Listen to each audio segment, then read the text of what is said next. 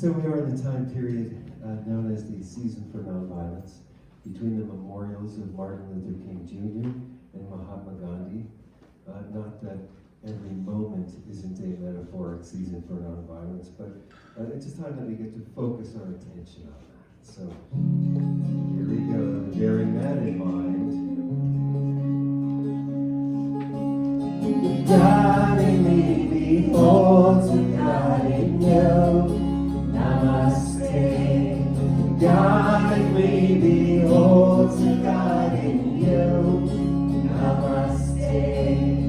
All is beautiful, all is well. All is beautiful, all is well.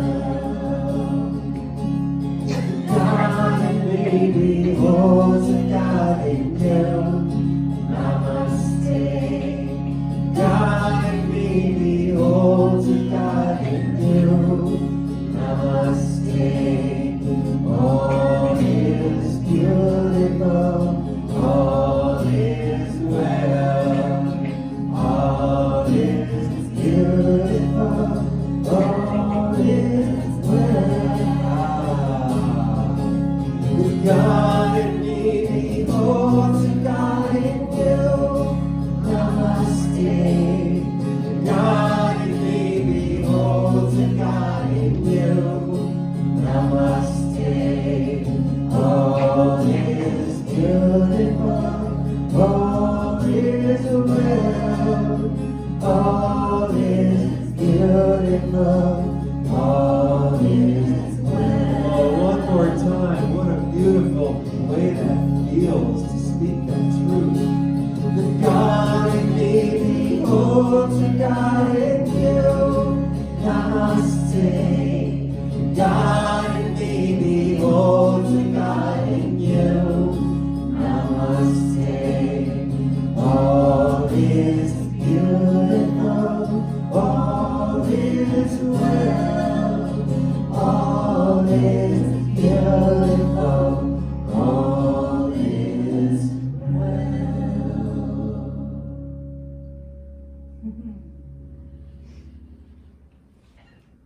Well, namaste. Namaste. Boy, that just leaves you with a vibration.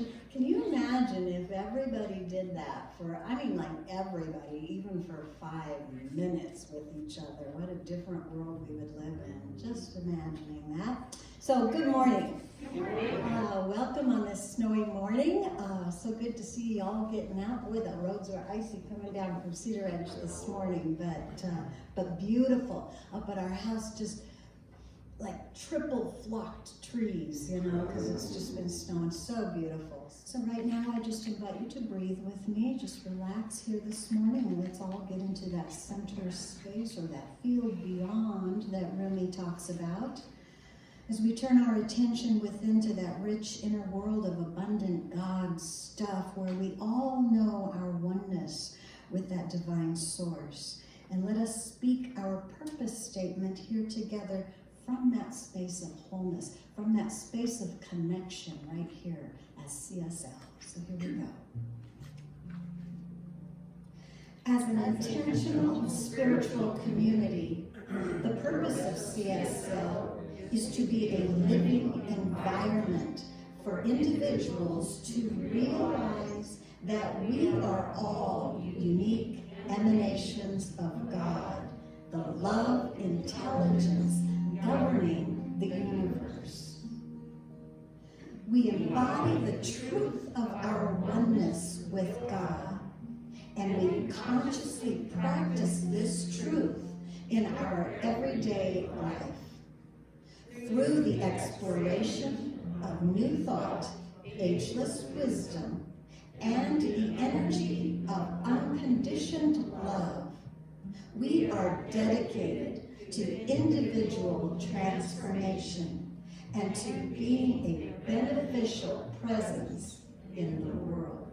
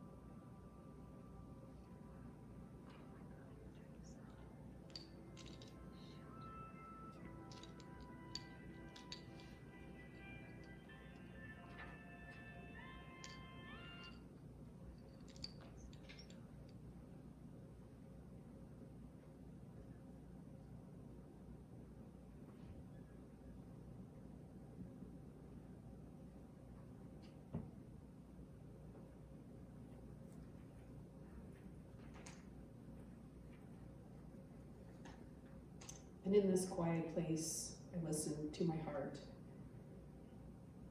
As I recognize Spirit breathing itself as me, I recognize that my life is Spirit expressing, incarnating, living this experience that I call my life.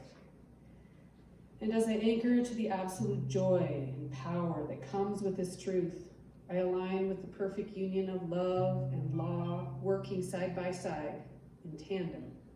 Holy, holy, unified oneness. In this space of harmony, I listen to my heart as the voice celestial sings. And from this song, I feel resonating and reverberating throughout my entire being. I consciously and compassionately create. I first create in my mind's eye a world that works for all, and knowing that manifestation springs forth from consciousness, I actively create it by choosing to see it, think it, feel it, speak it, and live it. My heart, my feelings, that intuitive knowing right now guides me to the people, places, and things actively participating in a world that works for all. How grateful I feel to accept the call of my heart's song, the song of creation singing itself into being. How appreciative I am to stand in the breach between what is seen, unseen, and yet to be seen, ever open at the top, knowing what I see in my mind is already in God's mind, because there is only that one mind, and that is the mind of God. And so I choose to practice. I choose to stand. I choose to represent, and in all these choices I have demonstrated mighty works accordingly. And in this legacy of what New Thought, Ageless Wisdom, and Science of Mind and Spirit teaches us, what this philosophy offers, invites, and calls forth, I allow and surrender into it. I surrender to the truth that this treatment is absolutely praying itself, because there is only one life, and that is the life of God. And that life is living, breathing, and being all that I am. I declare this treatment to be what I know as demonstrated by the actions I now take. I treat and move my feet, because this prayer is complete. And so we say, and so it is. And so it is.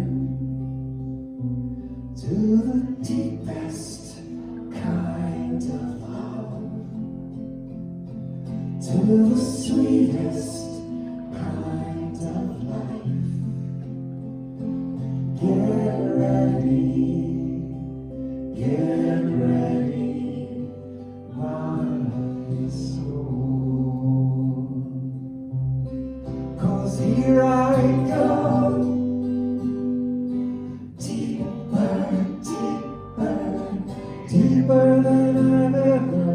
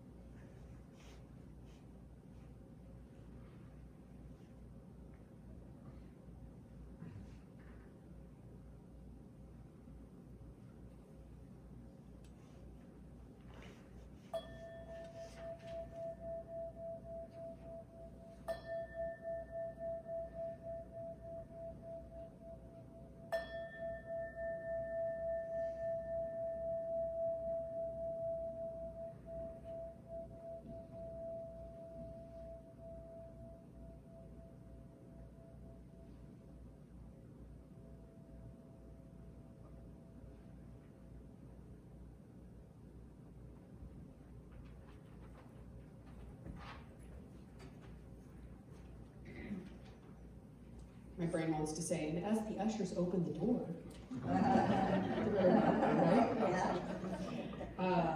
I have two quick quotes today.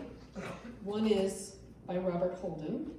Happiness does not come and go. What comes and goes is your attunement to happiness. And another one says, always listen to your heart. It may be on your left, but it is always right.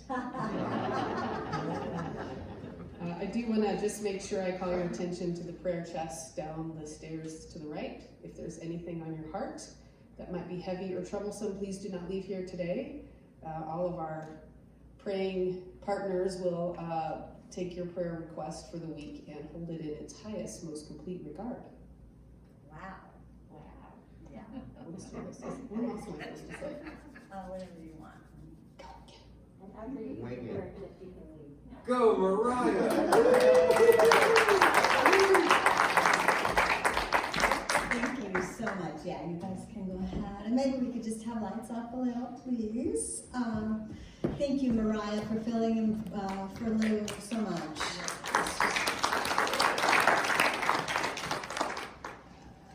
Okay. So, here we are. I do have a video today. I have a message, and I'm just going to talk a little bit beforehand about that.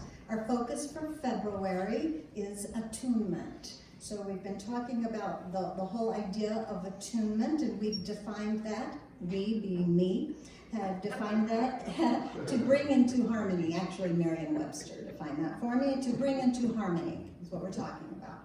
So last week, we talked about silence first, right? When in doubt, silence. Go to silence first. And we used the words of Thich Nhat Hanh, put to music by David Hauze, as a reminder to allow our attention, after we get silence, allow our attention to follow our breathing, okay? And this breathing then leading us into calming and relaxing our body, which then leads us to remember our truth of oneness, which causes us to smile, right? And as we settle into the present moment, knowing that it contains all of our answers. So today we want to talk about how to listen to those answers, how to listen into that inner space that we've created, that quiet, and that stillness and that silence, the inner space that Eckhart Tolle talked about, how to hear the answers, how to listen. So can you put up the slide there? Okay, so I love this. Take time for quiet moments as God whispers and the world is loud. And I have a sign, I still have it, a sign like this in my home, and I had it all during when my kids were growing up. And I remember Derek as an adult, he texted me and said, what did that sign say again? And I took a picture of it and I sent it to him, and he goes, you know, I never really understood that until now. And I totally understand that, because I grew up with, my mom was a minister, and I grew up with sitting here watching her in the pulpit, listening and listening and listening, and indeed many of the things that she said really made no sense to me for a long time until they did. And then all of a sudden the light bulb went on, and I thought, how profound these little tiny words are. God whispers and the world is loud. So whether we're listening to one another or other, or listening to ourselves, or listening to spirit or God or your heart, whatever you call that, we can only hear clearly when our mind is cleared of the unneeded things. That would be a good song to do, but we didn't do that. We did. So clearing our minds, purging our minds of the negative things, like thoughts of fear or doubt or hatred, thoughts of the past even, attachments to old ideas, judgments, anger, self-righteousness. So the only way to clear those things, I think, from our mind is to replace those with ideas of spirit, ideas of wholeness, attuning our mind with the divine, with thoughts of truth, with thoughts of wholeness, beauty, compassion, love, joy, wonder, curiosity, empathy, gratitude. Those things, don't they just make you feel better when you hear them, right? So attuning to those things, replacing negativity with those things, I think, is key. What I entertain in my mind, I expand in my outer experience. That's what we teach here. So what am I entertaining in my mind? That's a really good question. So remember I told you the wolf story about feeding the wolf, the evil wolf or the good wolf? You know, which wolf inside me am I feeding? At all times, anytime. Is it love or is it fear? So silence first, breathe, calm my body, smile in knowing the truth of oneness with God, bring my attention to this present moment and listen with a clear channel free of judgment. That's not so hard, is it? Right? We all laugh because it is hard. It's a lot of work. So to listen, we must be in a receptive mode, willing to receive some exchange of information. It's a receiving. Listening is a receiving of you. I'm listening. To take something in and allow its passage into our understanding. And the more I'm able to accurately feel your experience within me, the more deeply I have listened to you. And the more likely that accurate communication has taken place. Therefore, better understanding of each other or other. Okay, when people feel heard, they feel valued. So let's talk a little bit about the value of listening. And I'd like to just share a couple ideas from this website, Chopra.com. You know, y'all know Deepak Chopra, so he had on his website this article written by Rachel Williams. Why should you listen? Why you should listen to your inner voice. I'm just going to share a little bit of this. This is her words. In quiet moments, you may have felt it, that tugging feeling in the pit of your stomach or in the chest when something is not right. You may look outside yourself for answers, thinking that accessing your inner wisdom engenders mistrust, fear, and doubt, especially when there is no evidence to back it up. But you were gifted with this inner knowingness. And by building a relationship of trust with this voice, it can lead to an empowered life filled with desirous outcomes. Ooh, I want that. Start to pay attention, and you will slowly begin to hear the different voices within you. And the choice will become yours as to which one you will feed. So do you see there's an element of paying attention here? All your life, there has been an inner voice offering guidance, gently and sometimes urgently. Sometimes you listened and other times you brushed it aside and thought nothing of it. This voice goes by different names: inner voice, inner guide, spiritual guide, inner wisdom, or whatever you choose. It's not a voice you hear necessarily, but a sense or a feeling, though it can be a voice for some. It can be a hunch or a fleeting feeling, image, or impression. Listen to your gut. Has legitimate basis, as your gastrointestinal tract is sensitive to your true emotions, providing a powerful and trustworthy indication when determining the right course of action. After all, the body doesn't lie.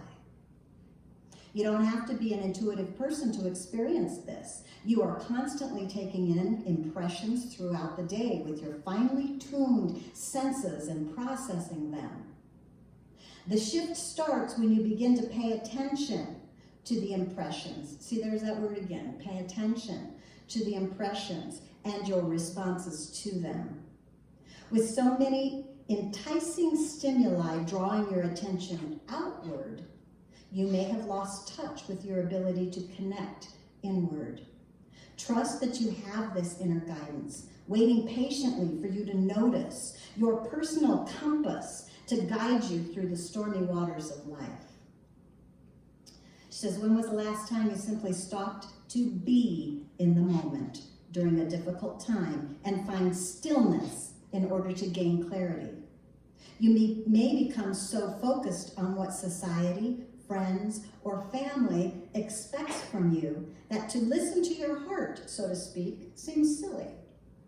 This isn't to say you should toss aside outside opinions, but consider bringing your own inner voice into the mix and see what happens. It was Albert Einstein who said, no problem can be solved from the same level of consciousness that created it. And this couldn't be any truer. Accessing that inner guidance to help elevate you both mentally and emotionally enables you to become better at handling problems, or in general, handling life. Being able to wade above the waters of life rather than struggling in the mud below is where you want to be. She says, plus you have the upper hand by gaining a better vantage point to see where you need to go and how you can get there. With practice, you will learn to recognize when fear and doubt are drowning out your true inner voice that is struggling to be heard. You are listening to your inner voice when your body is filled with yum. You like that? I like that.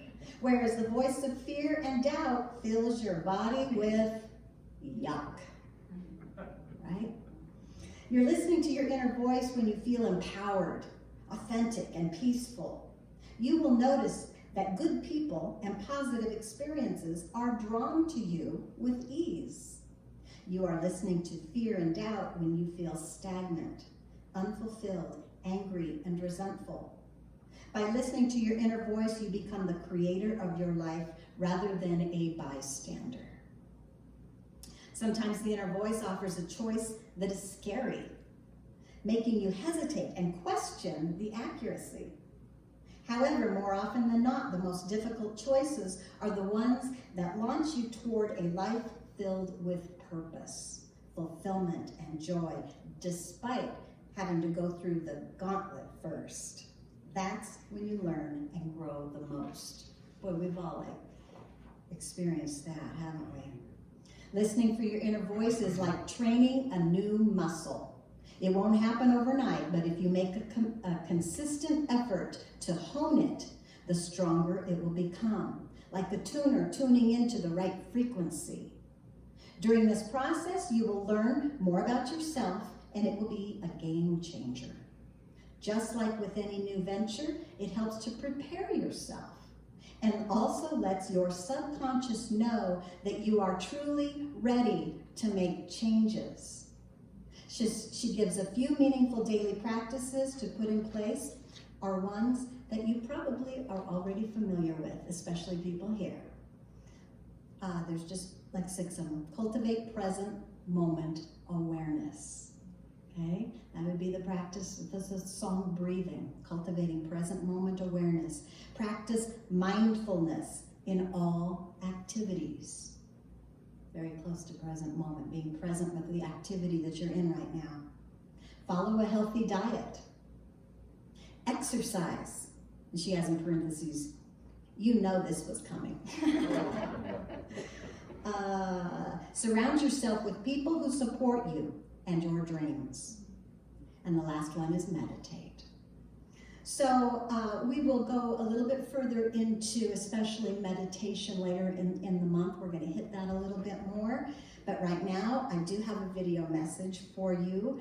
And I realized when I'm looking through this, I had set up the focus of listen today, and I thought, oh gosh, that's pertinent. Listen, yeah, that's great. I had a really difficult time finding a message on listen. But who came to my rescue? Guess. Dr. Edward, right? So today from Edward Villiam, CSL Santa Rosa, he has a message titled Listening. This message is from 5 years ago, but it just goes to show that these words never get old. The message is always pertinent. And I've likely edited his message to remove some things that pertained more to his own community. So just kind of go with that.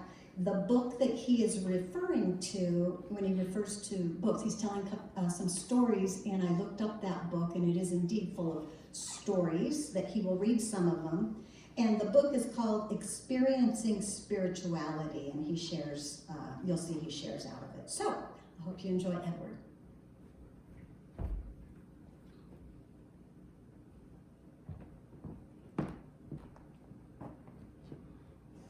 That's what we're considering in the second week of this Experiencing Spirituality, this idea of listening to the people in our lives, listening to life itself, and then listening to divinity, which we've been trying to define all month, all year, to listen. In my late 20s, I started to realize that I didn't know too much about my grandmother on my mother's side. I was too young at first, because I had been up until that point in that phase of my life where everything was about me. I didn't really have time to listen to her or take her in, but I started to be moved by this tremendous sense of connection, of wanting to know more about her. So I would make a point of that, going to visit her and talk to her and sit her down and ask her, tell me about your school, tell me about your mother, tell me about your father, tell me about your life. And she did. And it wasn't all easy to hear. Some of what she told me brought me to tears. Parts of her story shattered my sense of innocence about the world. Parts of her story made me furious and frustrated that I couldn't do anything to repair what was already in the past. And she told me about her mother, who was clearly, from her account, mentally ill, made worse by alcoholism, and how she would show up at my grandmother's school early in the morning quite drunk and quite, out of touch with her reality, and drag my grandmother out of school to take her home, make a big fuss in front of the other children, take her home to do chores. And I could hear, as she told the story, in between the words, I could hear the pain and the conflict of a daughter loving her mentally ill alcoholic mother. And the resignation to the fact that she was never able to make the kind of difference that she wanted to. And I got to hear from my grandmother how the alcoholism repeated again in her life in the form of her husband in particularly violent ways, at a time in the world when women had even fewer protections and fewer equalities and rights than they do today. And as I listened to her, I began to appreciate that as she talked, I never heard her blame any of the characters in the story. She never talked badly about her mother or about her husband, ever. She never cussed. She never used profanity. And she resolutely refused to complain about the hardships that life dealt her. And listening to her was like an education in courage and dignity. And now I realize that actually I could have told her story back to her, like the son in the story told his mother, because I had listened to her deeply. But I haven't always listened that graciously to the people in my life. And so today the reminder is to me to listen to the people in my life, to take interest in them and to ask them what is valuable, what is important, what is meaningful to them in a gentle, non-invasive, non-intrusive, non-insistent way. And particularly to listen to the parts that I may not want to hear. To let it be real. Especially because I may not have another opportunity to do so.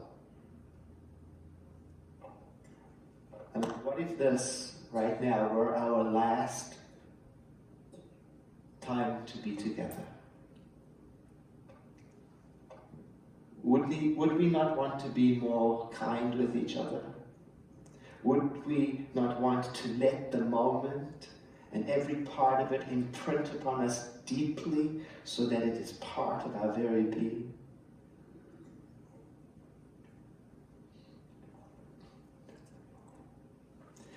This is a book of beautiful stories, and there's one on page 107. It says, one Sunday I was entertained in a farm home of a member of a rural church. The intelligence and unusually good behavior of the only child in the home, a little 4-year-old boy, impressed me. Then I discovered one of the reasons for the child's charm. The mother was at the kitchen sink washing the intricate parts of the cream separator when the little boy came to her with a magazine. "Mother," he asked, "what is the man doing in this picture?" To my surprise, she dried her hands, sat down on her chair, and taking the boy in her lap, she spent the next few minutes answering his questions.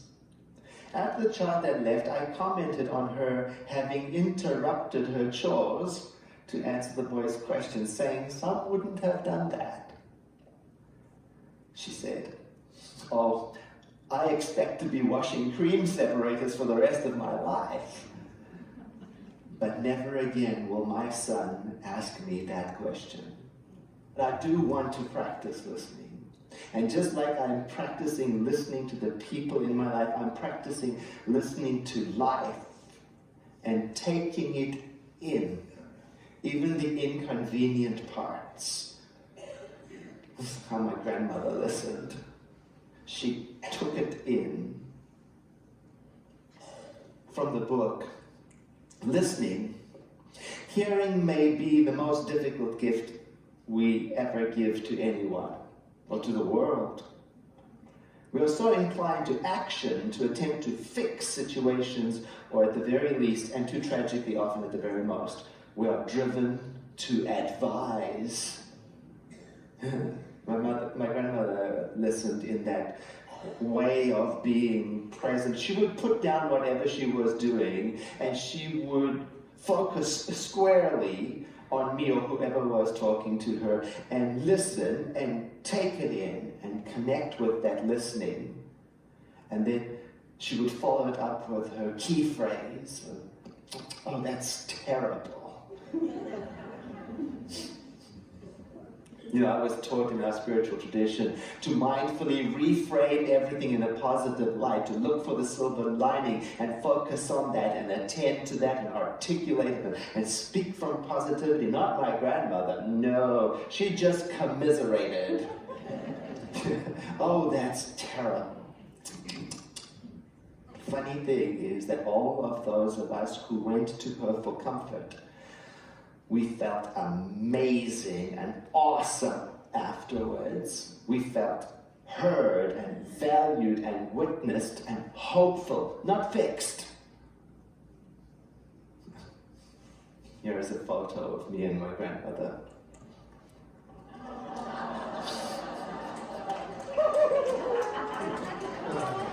See, the thing about that photo, and I'm not going to mention the hair, the thing about that photo is that I had just told her that I had rolled a car and left it in a ditch. Yeah, you can just see that placid, as constant as the northern star, she was just there. She would often add to the end of a disclosure like this, there. It's all going to work out in the end, which infuriated me. But today I realized that she was just announcing the cosmic truth, right? The truth that I claim to love. In a way, she believed in the ultimate goodness of life more than I ever have.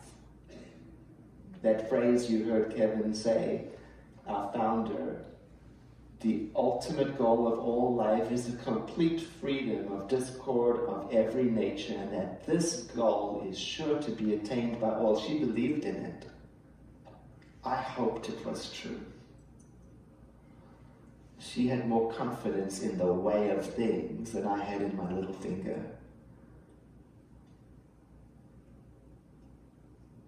In her, I got that mixed up, but you understood, yeah?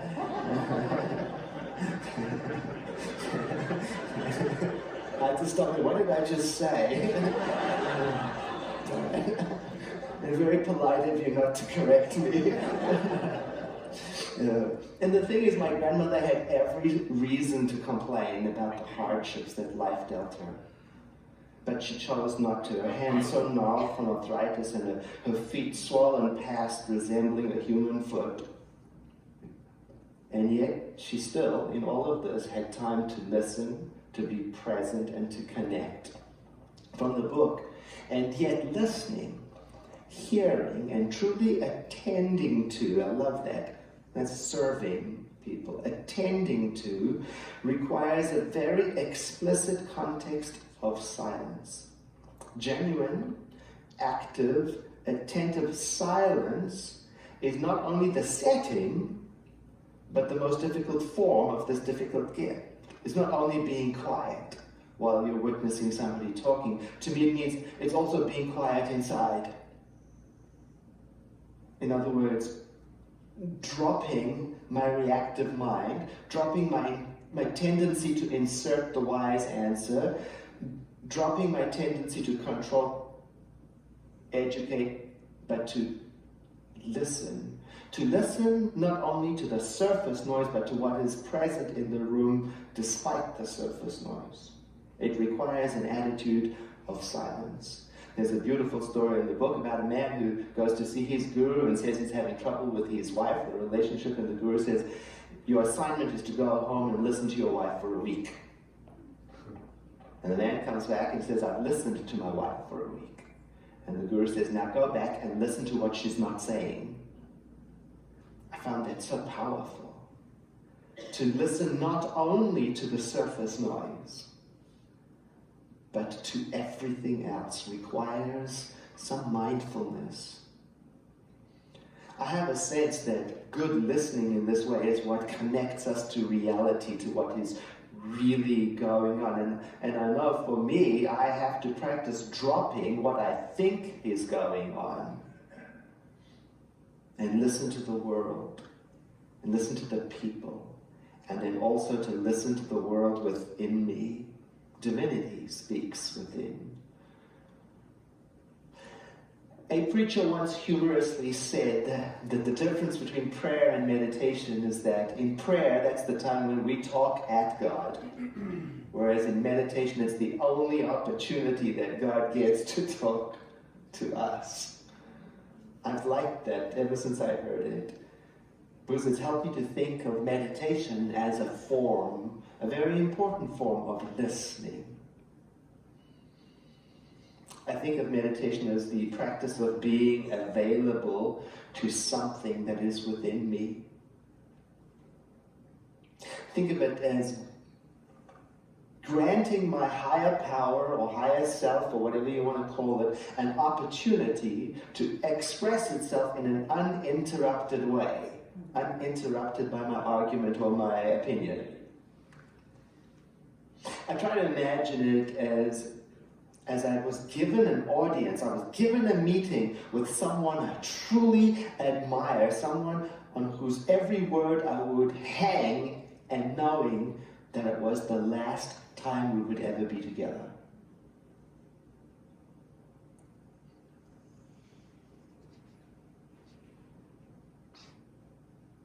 I think of meditation as politely paying attention in that way. Now, in the beginning, when I started to sit quietly, well, what I met inside was my thoughts. Oh, my inner chatter, there was a lot of it.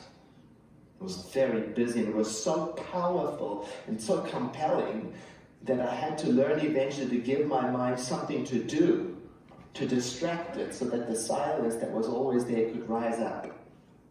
And that's what we're going to be doing on Friday the 13th at the free chant experience. We're going to give our minds something to chew on so that the rich, beautiful silence can rise up. I had to learn to listen to my inner thought.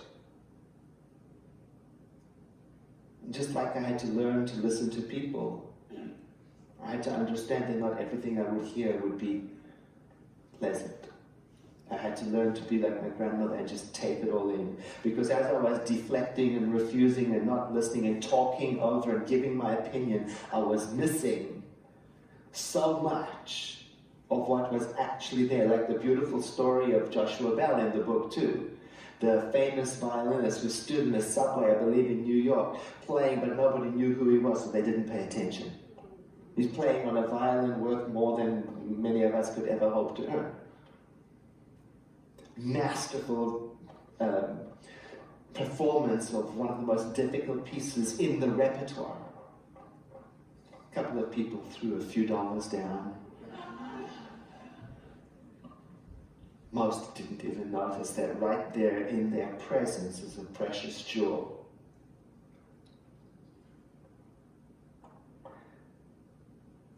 See, to me, that's what life is like. When I take time to sit and notice, I start to realize precious jewels right here.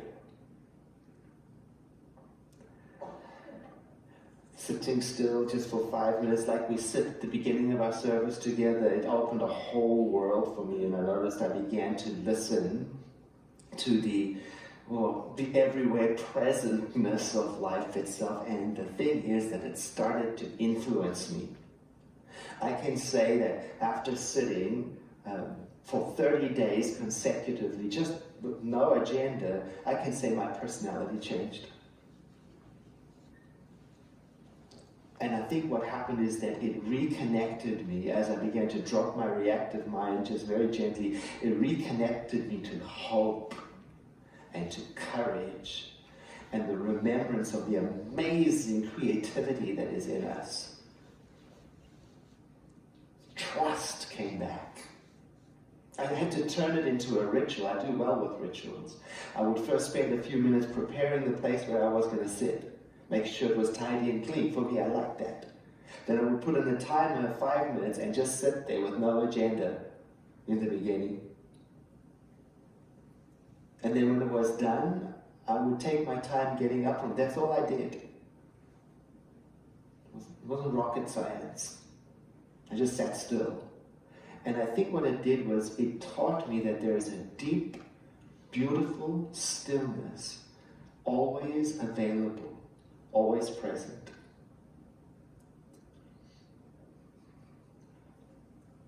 People ask me, why do I recommend meditation so much? And I think my answer is because I believe that the real you, the real me, is to be found there.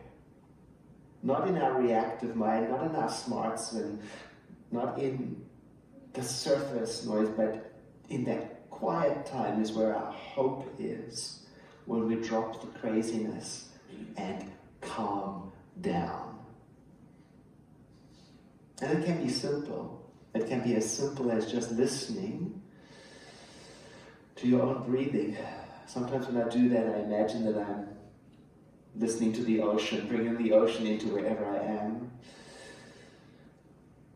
Sometimes I think I'm paying attention to a gentle wind in a garden. And it's a wonderful practice because you can do it anywhere. Turn it on and off at will, just listening to your breathing, even at a desk, in a car, at a restroom, on a walk.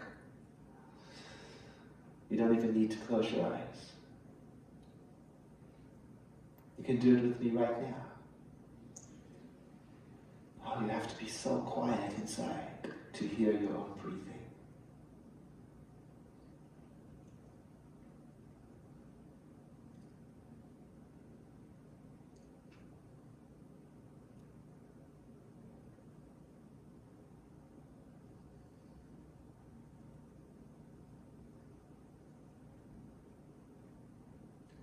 we can call that sacred space. And Joseph Campbell said that our sacred space is where we can go and find ourselves over and over again. We can find ourselves by listening. I invite you to breathe in deeply with me now and to exhale sighing as we let our eyes close if that feels convenient for a moment of prayer in which we recognize that one infinite source from which we all come, the creator of creation itself, the intelligence that puts this appearing world together in magnificent ways, the invisible power of being, whatever it is. We recognize it so that we may remember together that this is where we live and this is what we inherit and this is what we have claim to. The everywhere presentness is our own expansive nature. The creative power of the universe is our own ability to think, solve, imagine, and dream. This power, which has no center and no circumference, is our own ability to expand beyond anything we've ever imagined before.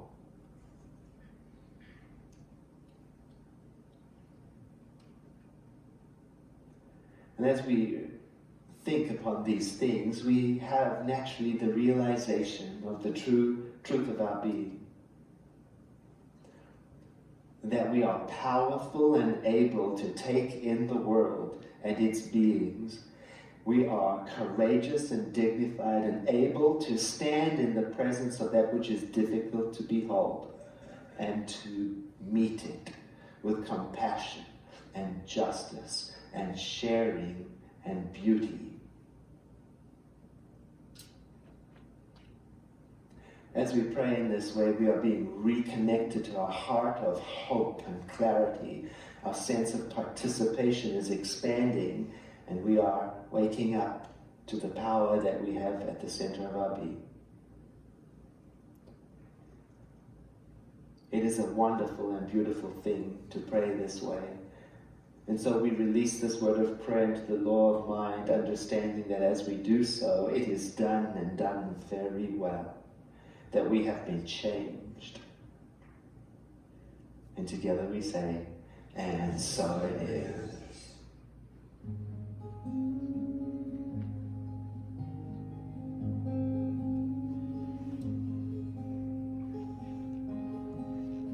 Listen, can you hear the sound? Hearts beating, all the world around. Down in the valleys, out on the plains, everywhere around the world, a heartbeat sounds the same. Black or white, red or tan, it's the part of the family of man. Oh, eaten away. Oh, eaten away. Oh, eaten away.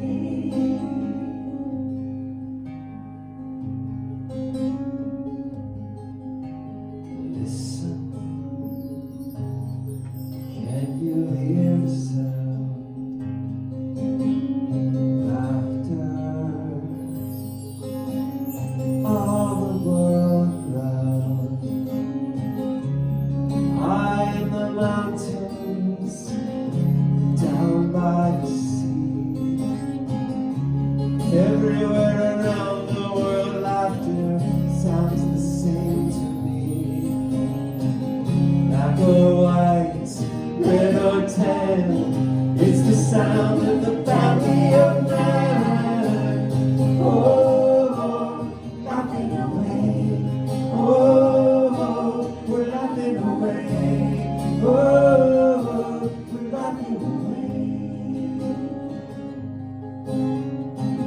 La la la la la, oh, la la la la la, oh, la la la la la, oh, la la la la.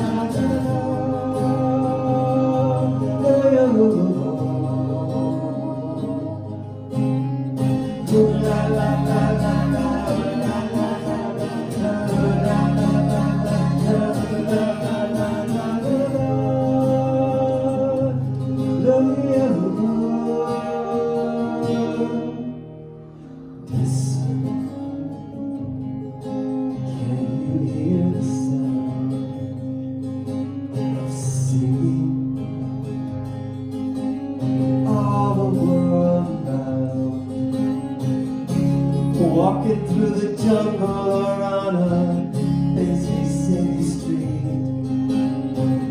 Everywhere around the world, singing always sounds so sweet.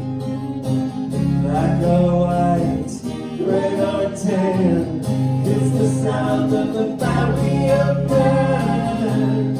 Oh, we're singing away. Oh, we're singing away. Oh, we're singing away. Oh, we're singing away. Oh, we're singing away. Oh, we're singing away. Oh, we're singing away. Oh, we're singing away. Oh, we're singing away.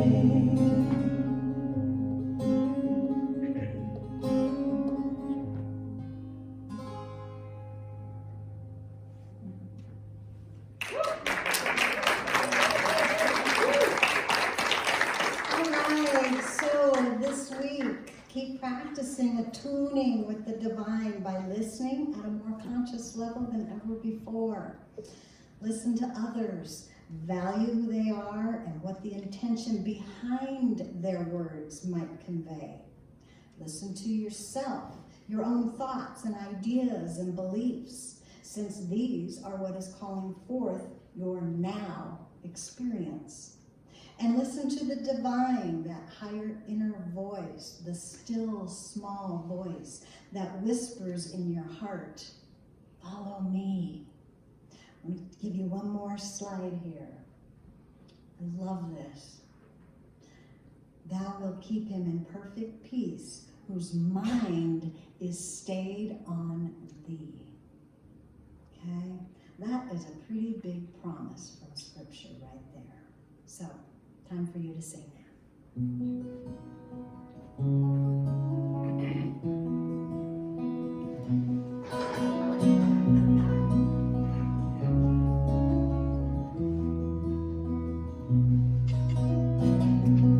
God, you are every mountain. God, you are every ocean. God, you are every canyon, every inch of earth and sky. God, you are every morning. God, you are every night. God, you are every moment, every second of my life. Everything I see, everything I do, everything I am is you. Everything I fall, everything below, everything I know is you.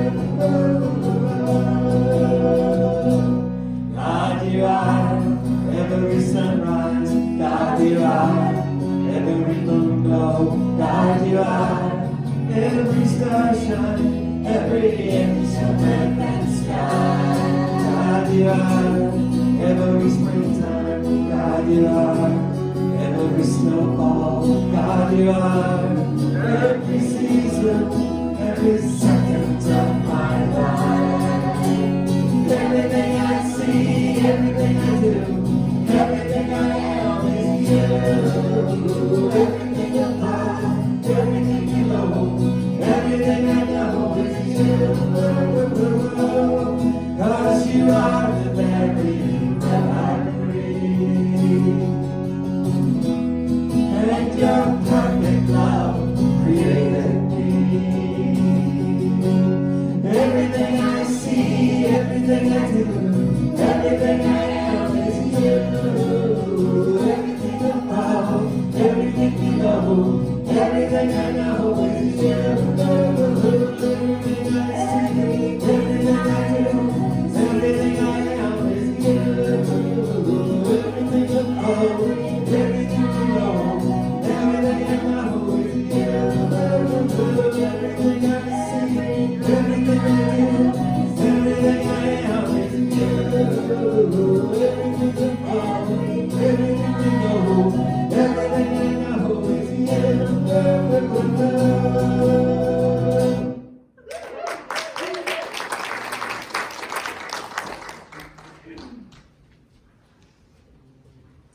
ushers will come forward. And we have our affirmation. That was the word I was missing. All together. I see myself open and receptive to the knowledge that God and only God is the source of my good. When I open my heart big and wide, my essence cannot hide. You see me as I am, tender, gentle lady. Your eyes love, I smile at you. You take it in, you smile too. Together we break down song and sing our love all day long.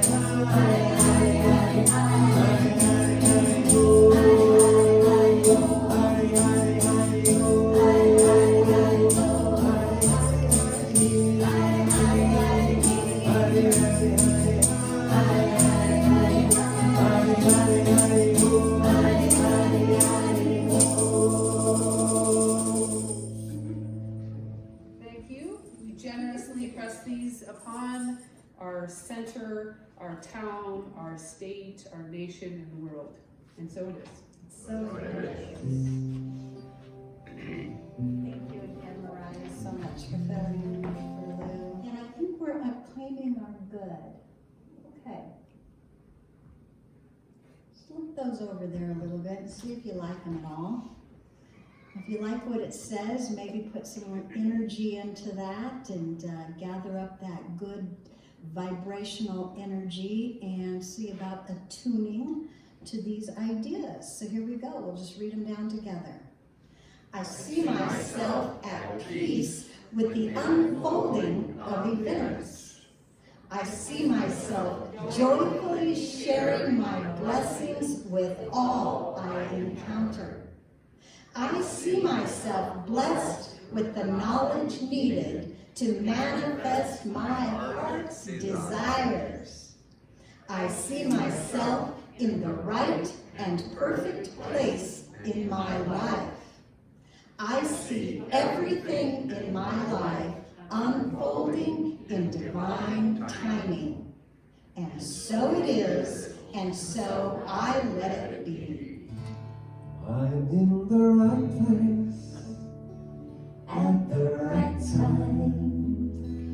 I am just where I'm supposed to be. I'm in the right place at the right time. I am just where I'm supposed to be. I'm in the right place at the right time. I am just where I'm supposed to be. I'm in the right place at the right time. I am just where I'm supposed to be. I'm in the right place at the right time. I'm just where I'm supposed to be. I'm in the right place at the right time. I'm just where I'm supposed to be. Oh, my soul is welcome here. Oh, my soul is welcome.